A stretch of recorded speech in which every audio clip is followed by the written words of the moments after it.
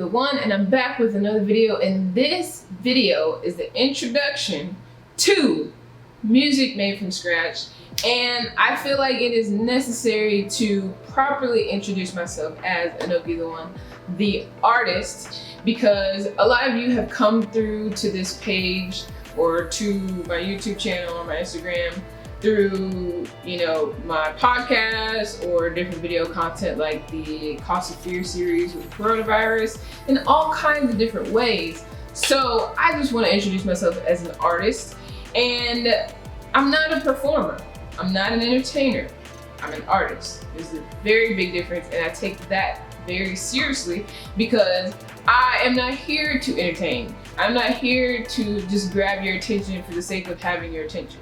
I am not here to get you to escape your reality and go someplace else so you don't know what's going on, right? So I feel like some of y'all have seen that, but as an artist, that I feel is what we are here to do, right? And I'm gonna read an excerpt from one of my favorite books, most powerful books that I've ever read. And it is called The Artist's Way, A Spiritual Path to Higher Creativity. And that's what I'm all about. And that's what this whole Music Made from Scratch series is really about. And it's basically just showing you the spiritual journey to getting to the songs that I create.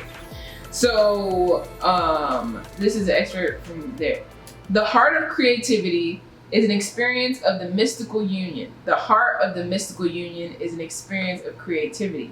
Those who speak in spiritual terms routinely refer to God as a creator, but seldom see creator as a literal term for artist. I am suggesting you take the term creator quite literally. You are seeking to forge a creative alliance, artist to artist, with the great creator. Accepting this concept can greatly expand your creative possibilities. So very, very, very, very big deal. I take it very seriously. My name is Anokhi the One, and Anokhi means I am in a very powerful way. It's actually a Egyptian word translated into Hebrew, and it means I am in a very powerful way. It's in the Bible, and it's only in times when it's a very powerful statement, like I am love, I am great, I am powerful, not like I'm hungry. It's a powerful way of saying I am. And the one, and I actually make a video about how I was led to this name, but by saying Anokhi the One, you're saying I am the one. I am the one of my matrix. I am the one of my life. I am the artist of my life, of this art form of life. And so every time you say Anokhi the One, you are saying an affirmation. You're saying I am the one. So it's very cool. And so as far as an artist, I started rapping when I was 10. I started producing when I was around 12. I actually started with my cousin. I saw my cousin producing on this cheap Yamaha keyboard. And I was just like, this is cool. I want to learn how to do this. I feel like I could do this. And he never let me touch it, but I would just basically sneak and play it whenever he would leave. And I would be making beats in there, recording beats. And this one time, he told me that he went to his girlfriend's house or whatever at the time and started playing my beats for her, and she loved it. And I was just like, well, okay, if you're gonna play my beats for her over your own beats, then that must mean I'm pretty good at this. So maybe I should keep going with this. And so I continued to do that, and really, like, starting that young, and that's another reason why I want to, introduce myself as an artist, because a lot of people have preconceived notions of artists, and there's a lot of artists or entertainers or performers who are very thirsty. They really want fame and all this other stuff, and when they're promoting their music, it feels like it's in a way of like they're trying to get a shot and all this other stuff. They need you to see this. Like, for me, it's more of a situation where I genuinely, my dream was to be able to be an artist, to create the music, to be able to do it in a way that I want to do it, like express that. And by me sharing it, it's more because I feel like I would be doing the world a disservice, because I know the true power of frequency and the power of music.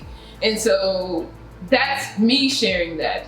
I am a self-sufficient artist, and I feel like it's virtually impossible to be a true artist and not be self-sufficient. And a clear example of that is Prince.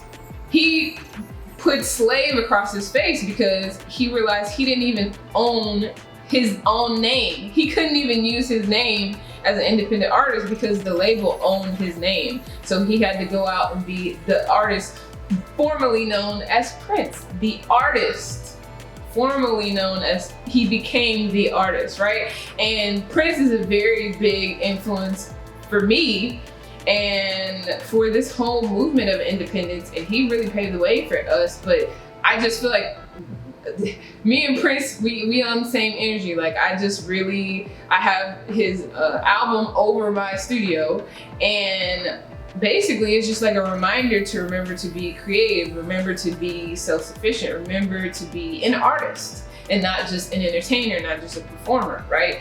And be a conduit of spirituality. And I feel like that is what Prince really embodied, and that is what I'm going to always strive to do, basically, with my art.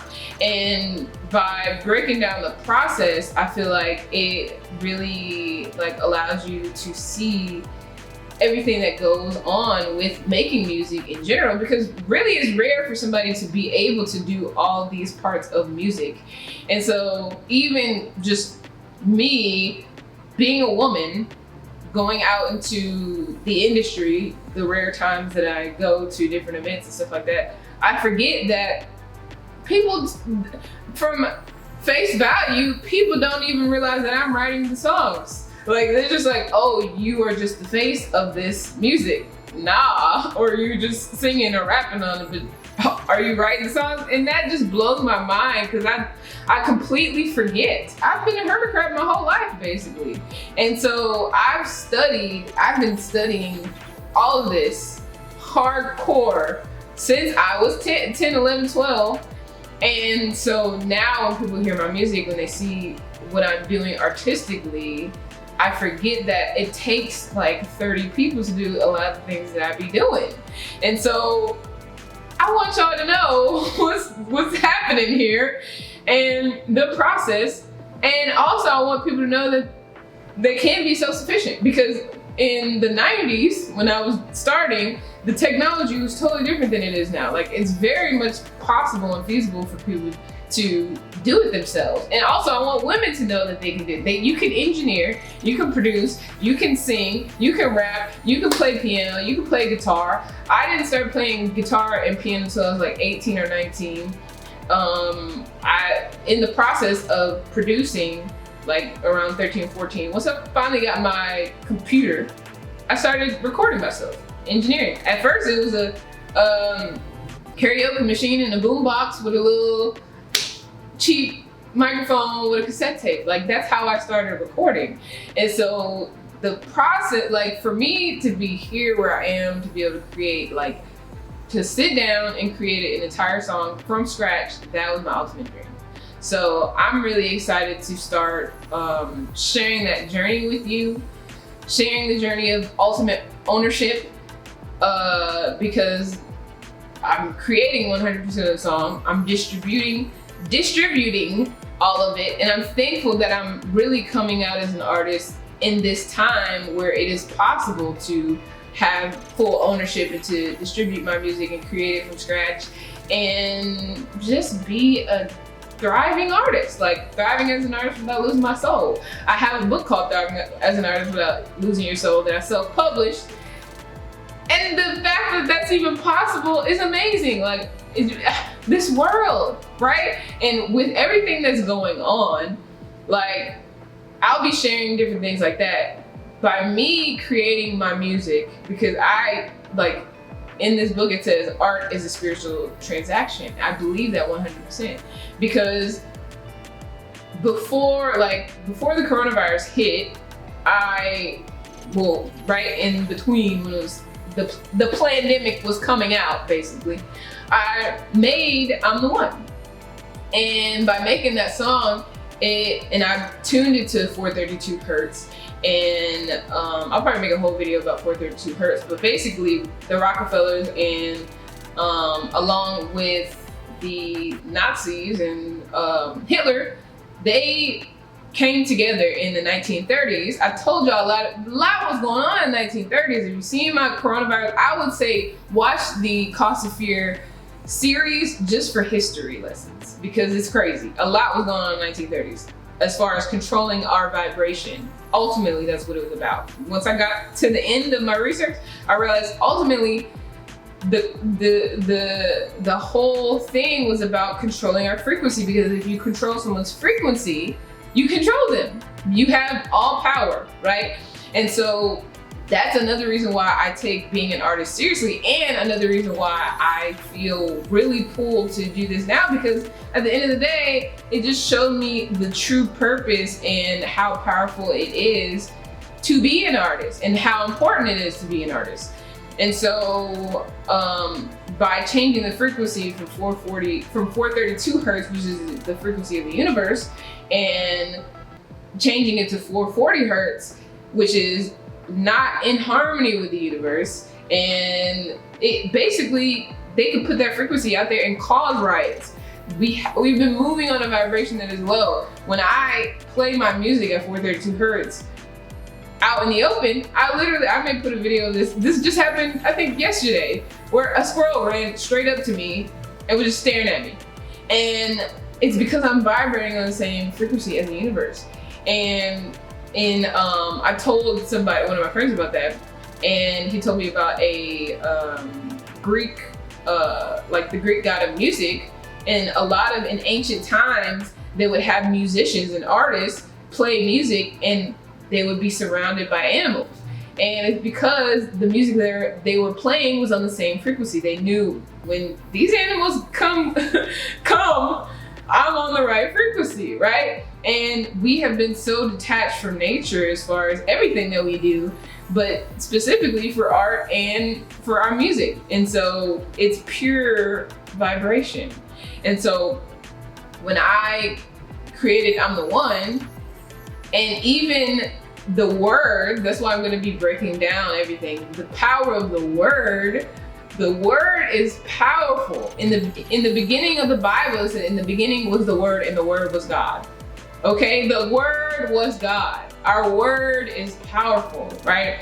So to be an artist, a music artist, creating the music and putting the words together in combinations that are in harmony with the universe and in harmony with me, because I know as an artist, what I repeatedly say in my subconscious mind with my own voice, I'm going to manifest that. That's going to be manifested into my reality. So I have a responsibility for myself and my own manifestations to speak life into myself.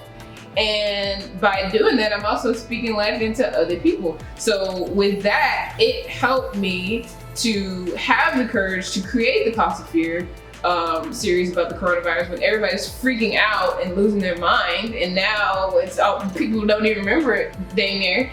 And basically by doing that, I think it helped a lot of people who watched the videos, but also it helped me to have the courage to do it, because I'm a person who doesn't talk that much. Like, I can go days and weeks without talking to anybody. Like, y'all, I've always been a hermit crab. I've always been a quiet person, but now I have more to say as an art, with that responsibility as an artist, and I'm always reading every day. It's been 10 years I've been a bookworm, hardcore bookworm. And so when I say stuff, I'm just not just talking out the side of my neck. I'm talking because there's a lot of things, because I feel like there's a reason and there's a strong purpose for what I have to say, right? So that is me as an artist. I will be breaking down exactly how I really create. It's like an alchemy. It's a spiritual journey. And in the same way, I was like, if you watch the Cost of Fear series, I say a lot of times I was led to this information, I was led to this, I was led in a dream, Same situation with when I create music. And with the paragraph that I showed you, like, you're in union with the great creator. It's a communication from artist to artist. And so in all my art forms, whether it's in a podcast, whether it's in the editing of this video, whether it's, producing or whatever the case may be, I am in union with the creator. And because I'm self-sufficient, I don't have to sell my soul, right? And a lot of people think that selling your soul is just a thing that artists do and stuff like that, but a lot of us are selling our souls every single day when we choose an employer or choose a parent or choose a friend over ourselves and over our real opinion or our real thoughts or our real feelings or our real desires, right? And so that is just a philosophy of life and a philosophy of being self-sufficient, being your true self. Being your true self is the scariest thing ever. That is the scary. Making this video, I've been procrastinating on this video for the longest because it is representative of my true self. Like, being an artist is the scariest thing on earth to be for me because it's the thing that I want the most. That's scary. That's real. That's the thing that we may act like we're scared of coronavirus or scared of this or scared of that, but we use that to procrastinate on the thing that we truly want, which is the thing that we're most afraid of. The fear of success, I feel like oftentimes trumps the fear of failure. So, and that's real. That's some real stuff. So y'all stay tuned because this series is gonna be pretty live and I look forward to hearing what y'all have to say. And I'll see y'all. Like, subscribe, comment. Okay, follow me on Instagram at Anokhi, the one. And if you're an artist, get Thriving as an Artist Without Losing Your Soul because it is now on Amazon. And I will see y'all on the next video.